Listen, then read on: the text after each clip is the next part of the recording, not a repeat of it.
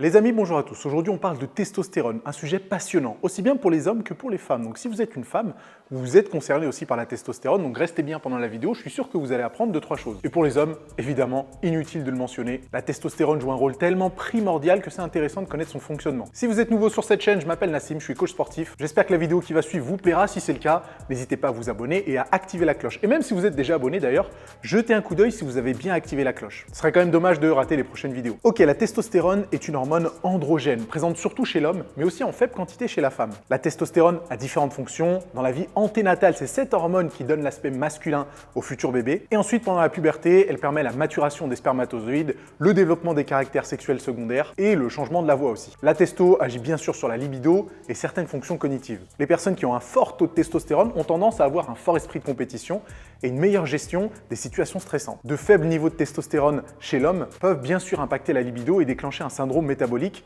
et de manière plus générale, une santé générale fragilisée. Chez l'homme et la femme, de faibles taux de testo peuvent aussi être associés à la dépression. Pour la petite histoire, l'hormone a été découverte en 1935 par des scientifiques qui ont isolé des molécules des testicules de taureaux. Et en anglais, le mot testostérone vient de la contraction de testicule, stérol et kétone. Ça nous donne testostérone. Et évidemment, ce qui devait arriver arriva. Peu après sa découverte, les athlètes ont bien capté que la testostérone pouvait apporter certains bénéfices. Et du coup, dans les années 70, les stéroïdes sont bannis des Jeux Olympiques et un acte voit le jour 20 ans plus tard pour empêcher son utilisation. D'ailleurs, seul un médecin peut prescrire de la testostérone aux États-Unis. Je ne sais pas exactement comment ça se passe en France. Ok, la testostérone est produite majoritairement dans les testicules pour les hommes et dans les ovaires pour les femmes. Donc oui, les femmes produisent de la testostérone. Cette hormone contribue au développement de la masse musculaire, à certains aspects de la cognition et puis aussi à la gestion du taux de masse grasse. Ouais, je sais, on est totalement parti en cours de SVT, mais vous inquiétez pas, vous allez comprendre les implications juste après. On peut évaluer son taux de testostérone à l'aide d'une prise de sang. Et d'ailleurs, ces taux-là fluctuent en fonction du moment de la journée. Ok, avant de continuer à développer, on va parler un petit peu de la testostérone chez la femme. J'ai l'impression que les femmes craignent un petit peu le mot testostérone alors qu'elles en produisent. Certes, moins que les hommes, je crois que c'est 10 à 12 fois moins que chez l'homme, mais elles en produisent quand même et ces sécrétions sont importantes. Et chez la femme, la testostérone est produite en partie par les ovaires et par les glandes surrénales. La concentration de testostérone reste très faible jusqu'au début de la puberté, puis elle s'élève progressivement pour atteindre les niveaux adultes à la fin de la puberté justement. Et puis comme après la ménopause, les ovaires ne sont plus en fonction, ils produisent plus de testostérone, même si les glandes surrénales en produisent toujours autant. Chez l'homme du coup, c'est une autre histoire. La testo est responsable des caractères sexuels de l'homme. Les niveaux biodisponibles de testostérone atteignent leur pic à 20 ans et ensuite ils varient très peu entre 20 et 40 ans. C'est à partir de 30 ans que les niveaux commencent à chuter, ça c'est une mauvaise nouvelle, mais ça dépend vraiment de chaque individu. Généralement, on peut considérer que la testostérone baisse d'1% par an à partir de 30 ans. Des études montrent qu'à partir de 45 ans, les niveaux de testostérone baissent considérablement. Mais parmi les personnes de 45 ans, seulement 10% ont des symptômes liés à des faibles taux de testostérone. Là, ça veut bien dire qu'on est tous différents. Certains déclarent effectivement des symptômes liés à cette baisse et d'autres se sentent très bien, même avec un taux de testostérone un peu plus bas. Donc on voit bien que c'est quelque chose à traiter au cas par cas. Maintenant, quel est le rôle de la testostérone dans l'entraînement ?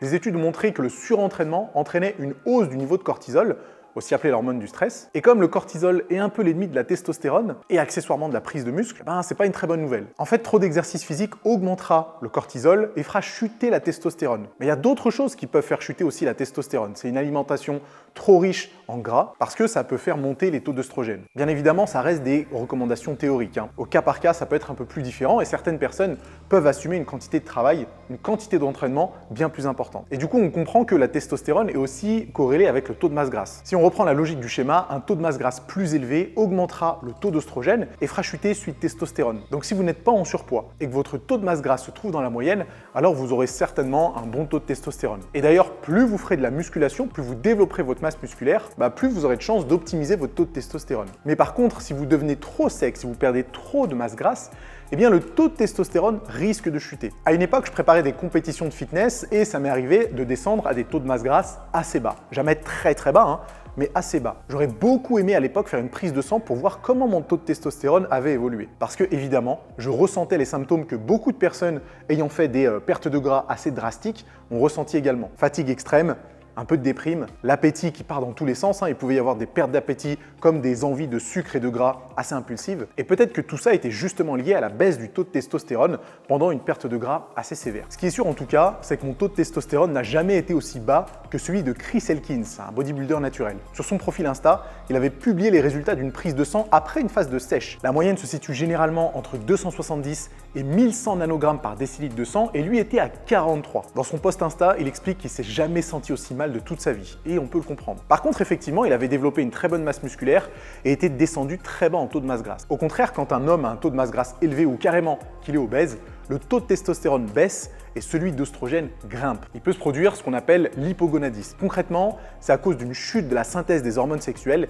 qui impacte directement la production de LH et FSH. On ne va pas rentrer trop en détail sur ça, mais au moins vous savez que ça existe. Mais la baisse de production des hormones sexuelles peut se produire dans le contexte opposé. Si on reprend Chris Elkins par exemple, on voit que ces niveaux de LH sont vraiment très bas comparé à la fourchette moyenne. Et si dans le cas des bodybuilders, la sous-production de LH et de FSH est due à un taux de masse grasse très bas, pour les gens en surpoids, c'est dû au niveau d'insuline très élevé qui inhibe la production d'hormones de croissance. Vous voyez bien encore une fois que tout est lié. Du coup, on a tout intérêt à se trouver dans une fourchette de masse grasse acceptable pour mettre toutes les chances de son côté, que ce soit bien-être général ou prise de muscle. Et dans le cadre d'un déficit calorique, étant donné que le taux de masse grasse va chuter ou va juste baisser, vous savez déjà qu'on a tout intérêt à continuer de stimuler la synthèse protéique pour optimiser les chances de conservation musculaire. Maintenant, j'aimerais parler des perturbateurs endocriniens. C'est un sujet très sérieux qui impacte justement les sécrétions de testostérone. Selon l'OMS, les perturbateurs endocriniens sont des substances chimiques d'origine naturelle ou synthétique qui sont étrangères à l'organisme et qui sont susceptibles d'interférer avec le système endocrinien,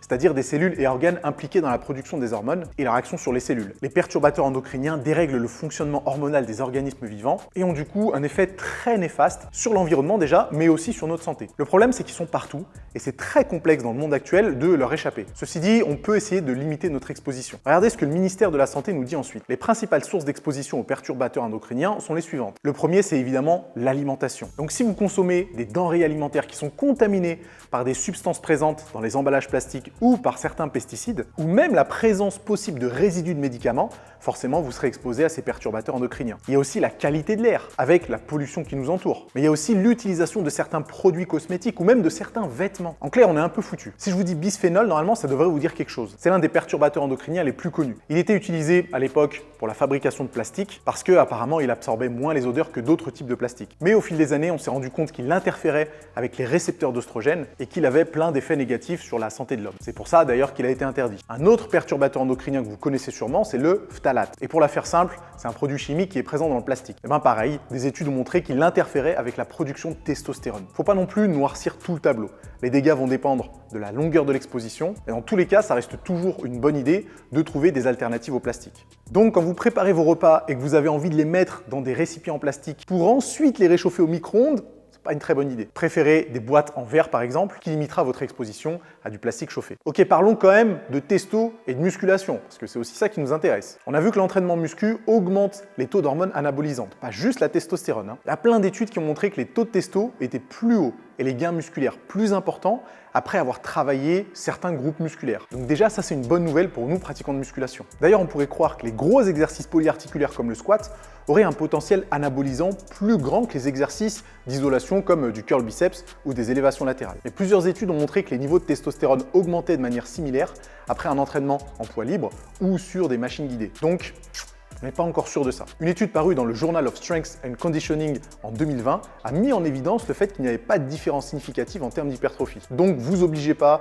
à commencer votre séance par du squat ou du soulevé de terre juste parce que ça vous permettra de sécréter plus de testo et d'hormones de croissance. Si votre taux de masse grasse impacte votre santé, faites attention à ne pas être pris dans un cercle vicieux. La testostérone est plus basse, de faibles niveaux de testo peuvent jouer sur l'humeur et la motivation pour s'entraîner et une potentielle plus faible estime de soi. Du coup, les niveaux de stress vont augmenter et à ce moment-là, vous tombez dans de l'alimentation émotionnelle. Moins d'exercice et une alimentation plus riche, c'est la meilleure équation pour faire baisser le taux de testostérone et ne pas trop arriver à s'en sortir. Et la prise de stéroïdes dans tout ça, la prise de testostérone exogène. Je pense que vous êtes déjà au courant qu'il y a de la testostérone dans les stéroïdes anabolisants que certains bodybuilders prennent ou certains sportifs d'ailleurs. Et c'est vrai qu'il y a des avantages comme l'augmentation de la masse musculaire et l'amélioration des performances, mais il y a aussi beaucoup d'inconvénients et de méfaits, comme par exemple l'atrophie testiculaire et l'infertilité. Il faut savoir que le corps ne fait pas vraiment la différence entre production naturelle de testostérone et puis des prises exogènes. C'est pour ça que la prise de stéroïdes, à certaines doses bien sûr, entraîne l'arrêt de production de testostérone naturelle. D'où la nécessité de certains bodybuilders qui ont pris de la testostérone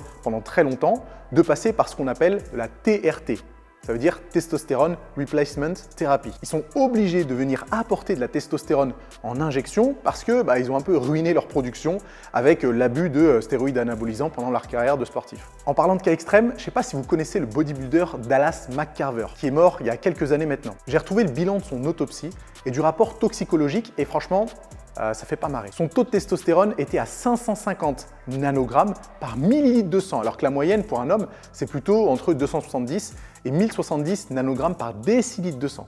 C'est-à-dire que sa concentration en testostérone était bien plus élevée que la moyenne. Elle était si élevée que son cœur pesait 800 grammes, soit 500 grammes de plus qu'un cœur normal. Donc si vous hésitiez à prendre des stéroïdes, je pense que là, ça devrait vous déchauffer un peu. Au-delà de tout ça, on va quand même parler de la supplémentation en testostérone. Des chercheurs ont sélectionné des hommes en bonne santé âgés de plus de 60 ans. Pendant 3 ans, ils ont reçu une supplémentation en testostérone.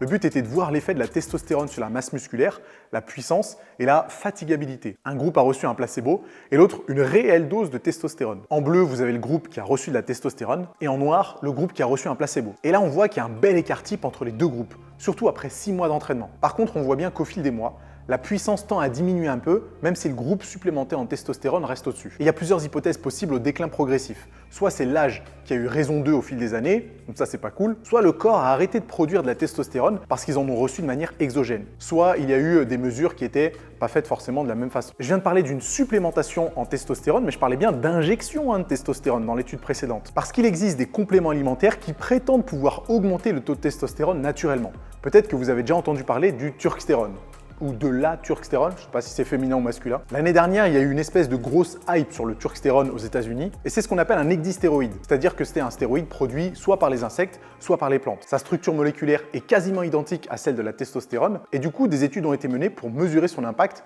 sur le corps humain. On peut aussi mentionner l'ashwagandha d'ailleurs qui tombe un peu dans la même catégorie. Malheureusement, les résultats ne sont pas hyper concluants. Et même si certains de ces compléments alimentaires peuvent faire augmenter un petit peu le taux de testostérone, à partir du moment où ce taux de testostérone reste dans les limites physiologiques, ce qui est le cas après la consommation de n'importe lequel de ces compléments, il n'y a pas vraiment d'effet notable et bénéfique sur la prise de masse musculaire ou sur la perte de gras. Traduction, pour l'instant, gardez votre argent, c'est pas la peine d'investir dans ce genre de compléments tant qu'on n'a pas des études plus concluantes, mais je pense que ça n'arrivera jamais. Du coup, si on doit faire le bilan de tout ça, on voit bien que la testostérone, c'est super important, que ce soit chez l'homme ou chez la femme. Et pour optimiser les productions de testostérone, voici mes recommandations. Numéro 1, un sommeil de qualité. Oh Nassim, il nous saoule avec le sommeil, mais il n'y a pas de secret. Si je vous en parle dans presque toutes mes vidéos, c'est que le rapport entre qualité de sommeil et sécrétion de testostérone, même sécrétion de toutes les autres hormones, est hyper clair. Deuxième conseil, c'est évidemment de faire de la musculation ou un sport dans lequel vous aurez des stimulations musculaires, pas uniquement des stimulations cardiovasculaires. Troisième conseil, il faut avoir un apport en lipides suffisant, mais pas trop important. Quatrième conseil, limitez, voire éliminez votre consommation d'alcool parce que ça, c'est fatal sur les sécrétions de testostérone. Petit bonus, mais pas négligeable, limitez votre exposition aux perturbateurs endocriniens. Ça peut être les produits cosmétiques, ça peut être les champs électromagnétiques, ça peut être l'utilisation de plastique, ça peut être la malbouffe qui est considérée aussi comme un perturbateur endocrinien. Tout ça vous permettra d'optimiser vos sécrétions de testostérone. Et puis dans le doute, faites un bilan sanguin. Alors je suis pas médecin, je peux pas vous recommander de faire ce genre de choses. D'ailleurs moi-même, j'ai jamais fait de bilan sanguin pour savoir où était mon taux de testostérone. Ce serait peut-être marrant à faire d'ailleurs. Mais si vous êtes un homme par exemple et que vous approchez de la quarantaine, peut-être que ce serait pas une mauvaise idée de demander l'avis de votre médecin pour voir un petit peu où vous en êtes. Ok, je vous ai partagé un max d'informations. Je sais que ça faisait un petit peu cours de SVT, mais au final, j'assume. Si je peux être votre prof et vous expliquer le fonctionnement de certaines hormones, c'est avec plaisir, surtout si c'est un rapport avec la musculation. Si la vidéo vous a plu les amis, on met évidemment un gros pouce en l'air, on s'abonne à la chaîne, on active les notifications et nous on se retrouve très vite pour d'autres conseils. À plus.